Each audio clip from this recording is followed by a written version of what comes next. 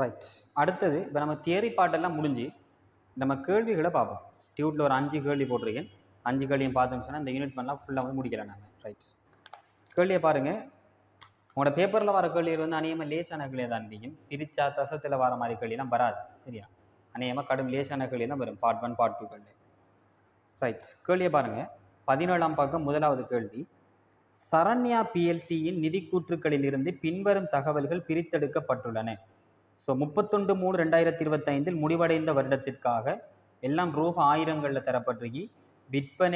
விற்பனை கிரயம், வட்டி செலவு, வருடத்துக்கான வருமான வரி, வரிக்கு பின்னரான லாபம். வரிக்கு பின்னரான லாபம் சொன்னால் ஆண்டுக்கான லாபம், அதாவது நிதியாண்டுக்கான லாபம், வருடத்துக்கான லாபம், இதான் வரிக்கு பின்னரான லாபம்னு சொல்லுவோம்.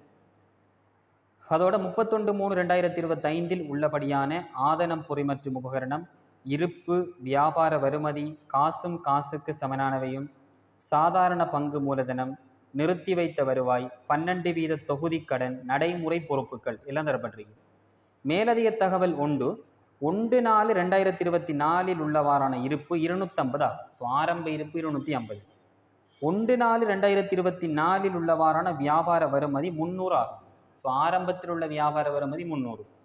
அனைத்து விற்பனைகளும் கடன் அடிப்படையில் மேற்கொள்ளப்படுகின்றன. ரைட். வருடம் ஒன்றில் 360 வேலை நாட்கள் உள்ளதென கருதுக. ஸோ நம்ம 365 சொல்லி தியரியில் பார்த்தோம். ஆனால் உங்களோட கேள்வியில் 360 என்று தந்தால் நீங்கள் 360 தான் யூஸ் பண்ணணும். ரைட். சரி. ஸோ வேண்டப்படுவது 31/3/2025 முடிவடையும் வருடத்துக்கான பின்வரும் விகிதங்கள்: மொத்த லாப விகிதம், தேறிய லாப விகிதம், இருப்பு புரள்வு விகிதம், விரைவு சொத்து விகிதம், உரிமையாண்மை மீதான திரும்பல் விகிதம், கடன்பட்டோர் சேகரிப்பு காலம், கடன் விகிதம். இதை கூட 2024ஆம் ஆண்டு வந்து A லெவல் பேப்பர் கேள்வி இது. சரியா? ரைட். எப்படி அதுக்குரிய ஆன்சர் எழுதணுங்கிறது சொல்கிறேன் கேளுங்க. ஸோ இதில் பார்த்தீங்கன்னா உங்களுக்கு முதலாவது மொத்த லாப விகிதம் கேட்டுறீங்க. ரைட். மொத்த லாப விகிதம் கேட்டால் இவடுத்த நம்ம எழுதுவோம் மொத்த இலாப விகிதம். எழுதி கொள்ளுங்க. மொத்த இலாப விகிதம் எழுதி சமன் ஒன்று போட்டுட்டு கீழே செய்கைன்னு எழுதணும். செய்கை ரூபாய் 1000 காட்டணும். இப்போ நம்ம கீழே ஒர்க்கிங்ஸை காட்டி போட்டு மேலுக்கு ஆன்சரை மட்டும் பண்ணினோம்னு சொன்னால் சரி. ரைட். ஸோ மொத்த லாபத்து வீதத்தில் சமன்பாடு கட்டாயம் கீழே எழுதணும். மொத்த இலாபம், மொத்த லாபத்தின் கீழ் விற்பனை தர 100. மொத்த லாபத்தின் கீழ் விற்பனை தர 100.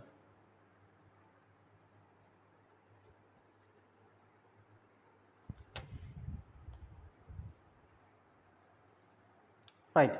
அப்போ இதில் மொத்த லாபம் டிரெக்டாக தரல நம்ம கண்டுபிடிக்கணும். பாருங்க, விற்பனைகள் 2000 தரப்பட்டிருக்கு. விற்பனை கிரயம் 1200 தந்திருக்கு. அப்போ விற்பனையிலிருந்து விற்பனை கிரயத்தை கழிச்சா மொத்த லாபம் வரும். ரைட். மொத்த லாபம் 800.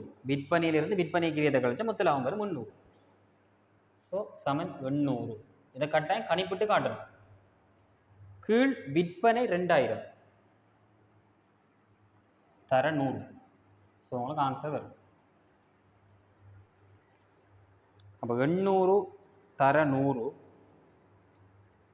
கீழ் 2000. ஸோ எல்லாம் உங்களுக்கு 40% வரும். கட்டாயம் எழுது 40% எழுதி காட்டணும். இது பிளண்டா உங்களுக்கு இந்த ஒர்க்கிங்ஸுக்கு மார்க்ஸ் இருக்கு. கட்டாயம் ஒர்க்கிங்ஸை சமன்பாடு எழுதி இந்த பிரித்து பெருக்கி காட்டணும். ரைட். அந்த விற்பனை கிரயம் கணிக்கிறதெல்லாம் இவடத்தை காட்ட தேவையில்லை.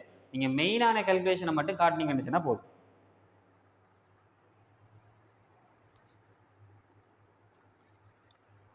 ரெண்டாவது தேறிய லாப விகிதம்.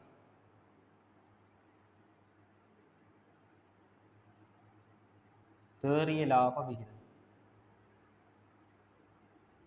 சமன் போட்டுட்டு கீழே செய்கை, எல்லாத்துக்கும் தனித்தனிய செய்கை ரூபாய் 1000 போட்டு காட்டணும். அதுக்கு கீழே தேறிய லாப விகிதத்தில் சமன்பாடு எழுதுங்க. தேறிய இலாபத்தின் கீழ் விற்பனை தர 100. தேறிய லாபத்தின் கீழ் விற்பனை தர 100. அப்போ தேறிய லாப விகிதம் இந்த இடத்துல உங்களுக்கு தரப்பட்டிருக்கு பாருங்க. வரிக்கு பின்னரான இலாபம் அதான் தேறிய லாபம். ஸோ 180. 180 கீழ் விற்பனை 2000 தர 100. ஸோ என்ன ஆன்சர் வருதுன்னு பாருங்க.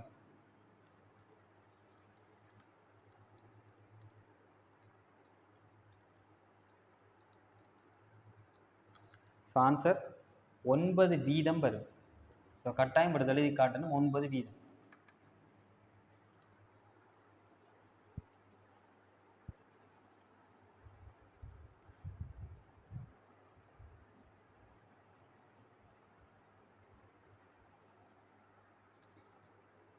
அடுத்த 3வது கேள்விக்கு இருப்பு புரள்வு விகிதம். இருப்பு புரள்வு விகிதம். ஸோ கீழே செய்கை ரூ1000. ஸோ இருப்பு புரள்வு விகிதத்திற சமன்பாடு விற்பனை கிரயத்தின்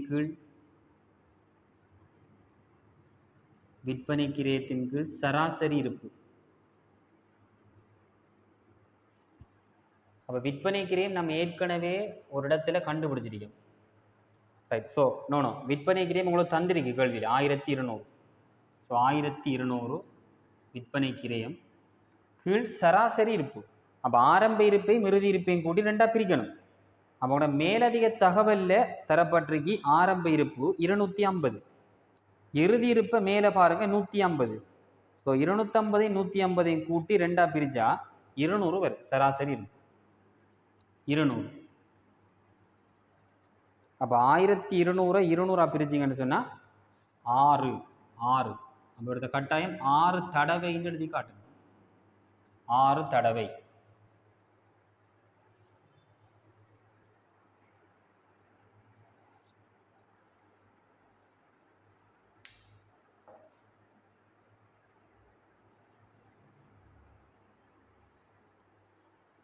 அடுத்தது விரைவு சொத்து விகிதம் கேட்டுறீங்க.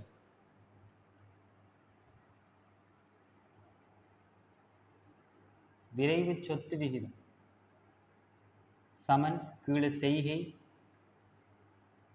ரூ1000. ஸோ விரைவு சொத்து விகிதத்துக்கு சமன்பாடு விரைவு சொத்தின் கீழ் நடைமுறை பொறுப்பு. விரைவு சொத்தின் கீழ் நடைமுறை பொறுப்பு. அப்போ விரைவு சொத்தை நாம் எப்படி கண்டுபிடிக்கலாம்? இறுதி இருப்பையும் முற்பணமாக கொடுத்த செலவீடுகளையும் விட்டு போட்டு எடுக்கணும். அதாவது நடைமுறை சொத்துக்களுக்குள்ள இருக்கிற இறுதி இருப்பை முற்பணமாக கொடுத்த செலவீடுகள் கழிக்கணும். அது 2 திரவத்தன்மை குறைந்தது. அப்போ இதில் பார்த்தீங்கன்னு சொன்னால் நடைமுறை சொத்துக்களில் இருப்பு இருக்கி, வியாபார வருமதி இருக்கி, காசும் காசுக்கு சமனானவையும் இருக்கி. அப்போ இதில் இருப்பை விட்டுட்டு மற்ற 2 விஷயத்தை எடுப்போம். சரியா? வியாபார வருமதி 200, காசும் காசுக்கு சமனானவையும் 80. ஸோ 280 விரைவு சொத்து. 280 விரைவு சொத்து. நடைமுறை பொறுப்பு உங்களுக்கு டிரெக்டாக தந்துருக்கி 200. அப்போ இதை நம்ம விகிதத்தில் முன்வைக்கலாம் அல்லது தடவைகளையும் முன்வைக்கலாம். விரைவு சொத்து விரைவு சொத்து விகிதத்தை நம்ம விகிதத்திலையும் காட்டலாம், தடவையிலையும் காட்டலாம். சரியா? கொஞ்சம் பார்த்தீங்கன்னு சொன்னால் 280 200 பிரிச்சிங்கன்னு சொன்னால் 1.4 வரும். அப்போ நீங்கள் இந்த இடத்துல 1.4க்கு 1 இப்படியும் காட்டலாம், அல்லது 1.4 தடவை இன்னும் எழுதியும் காட்டலாம். ரைட்? சம்டைம்ஸ் தடவைகள்லையும் இதை குறிப்பிடலாம். 1.4க்கு 1ன்னு காட்டலாம், 1.4 தடவைன்னு காட்டலாம்.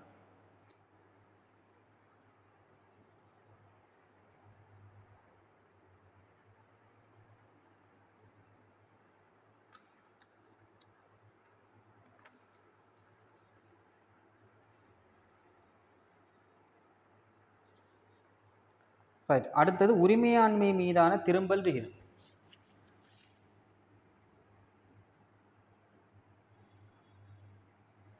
உரிமையாண்மை மீதான திரும்பல் விகிதம் சமன் செய்கை ரூ1000 போடுங்க. ஸோ சமன்பாடு என்னது? வருடத்துக்கான லாபத்தின் கீழ்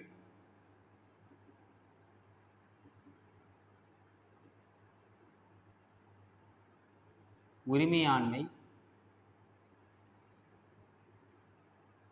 தர 100. வருடத்துக்கான லாபத்தின் கீழ் உரிமையாண்மை தர 100. ஸோ வருடத்துக்கான லாபம்னு சொன்னால் வரிக்கு பின்னரான லாபம் 180. கேள்வியில் தரப்பட்டிருக்கு 180.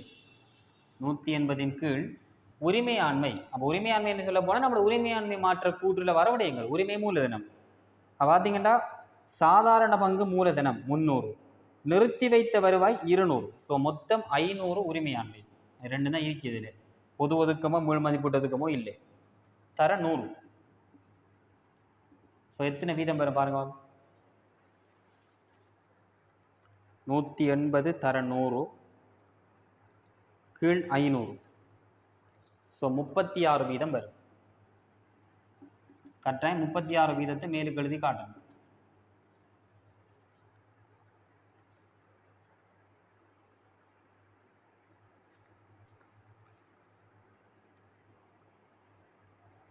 அடுத்து கடன்பட்டோர் சேகரிப்பு காலம்.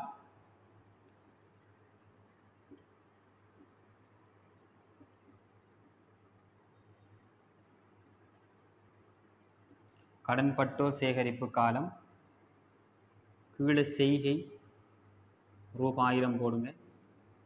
ஸோ கடன்பட்டோர் சேகரிப்பு காலம் கணிக்கிறதுக்குரிய சமன்பாடு சராசரி கடன்பட்டோரின் கீழ் கடன் விற்பனை தர இந்த கேள்வியில் தரப்பட்டிருக்கு 360. ஸோ 360 நாட்களை நம்ம யூஸ் பண்ணுவோம். அப்போ முதல் சராசரி கடன்பட்டோரை கண்டுபிடிக்கணும். அப்போ ஆரம்ப கடன்பட்டோரையும் இறுதி கடன்பட்டோரையும் கூட்டி 2ஆக பிரிக்கணும். ஆரம்ப கடன்பட்டோர் 300 மேலதிக தகவலில் தரப்பட்டிருக்கு. இறுதி கடன்பட்டோர் மேலே பாருங்க 200. ஸோ ரெண்டையும் கூட்டி நம்ம சொன்னால் 500. 2ஆக பிரித்தா 250. ரைட். சராசரி கடன்பட்டோர் 250. கீழ் அனைத்து விற்பனைகளும் கடன் அடிப்படையில் மேற்கொள்ளப்பட்டன சொல்லப்பட்டிருக்கு. ஸோ விற்பனைகள் 2000 தர 360. ஸோ எத்தனை நாட்கள் வரும்னு பாருங்க.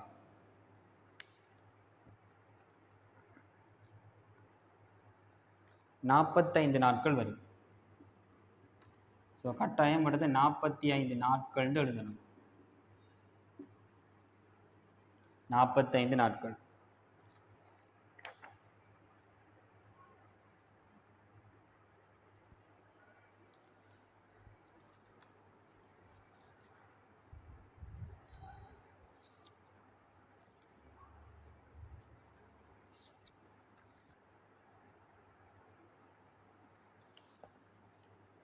அடுத்து கடன் விகிதம் கேட்டிருக்கீங்க.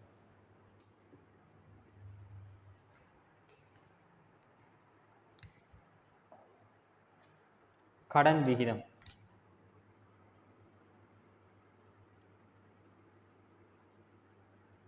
ஸோ கீழே செய்கை.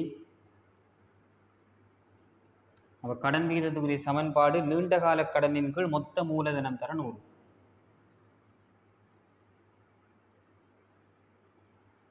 நீண்ட கால கடனின் கீழ் மொத்த மூலதனம் தர 100. அப்போ நீண்ட கால கடன் நம்மகிட்ட தரப்பட்டிருக்கு கேள்வியிலே.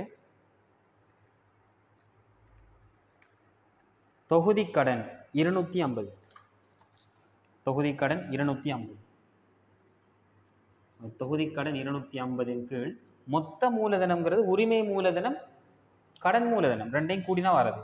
அப்போ சாதாரண பங்கு மூலதனம் 300, நிறுத்தி வைத்த வருவாய் 200, தொகுதி கடன் 250. ஸோ மொத்தம் 750. மொத்த மூலதனம் 750 தர 100. சாரி கடன் விகிதம் எஸ் தர 100.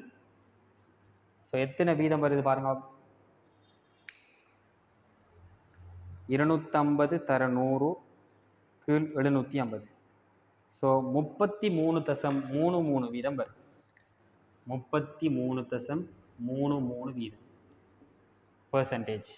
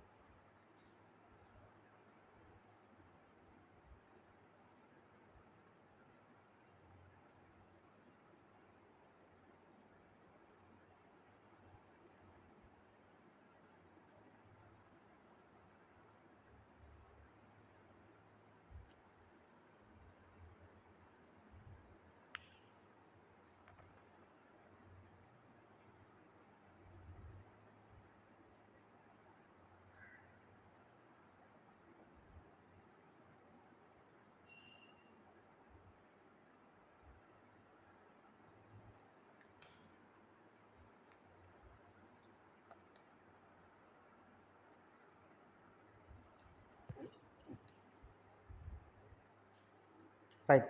ஸோ 7 கேள்விக்கான விடையை நம்ம கண்டுபிடிச்சிட்டோம். முதலாவது மொத்த லாப வீதம் 40 வீதம், தேறிய லாப வீதம் 9 வீதம், இருப்பு புரள்வு விகிதம் 6 தடவை, விரைவு சொத்து விகிதம் 1.4 தடவை அல்லது 1.4க்கு 1, உரிமையாண்மை மீதான திரும்பல் விகிதம் 36 வீதம், கடன்பட்டோர் சேகரிப்பு காலம் 45 நாட்கள், கடன் விகிதம் 33.33 வீதம். ஸோ இதை கூட 2024 ஏ லெவல் பேப்பரில் வந்த ஒரு கேள்வி இது. ரைட். ஸோ நம்மளோட தியரி பாட்டும் ஒரு கேள்வியும் செஞ்சு முடிஞ்சிருக்கி. ஸோ அடுத்தது உங்களோட டியூட்டில் இன்னொரு 4 கேள்வி பார்க்க வேண்டியிருக்கு. ஸோ நான் அதை உங்களுக்கு நேரடியாக ஜூம் கிளாஸில் நான் எக்ஸ்பிளைன் பண்ணுவேன். சரியா? ஸோ அந்த ரெக்கார்டிங் லிங்க் அனுப்புவேன்.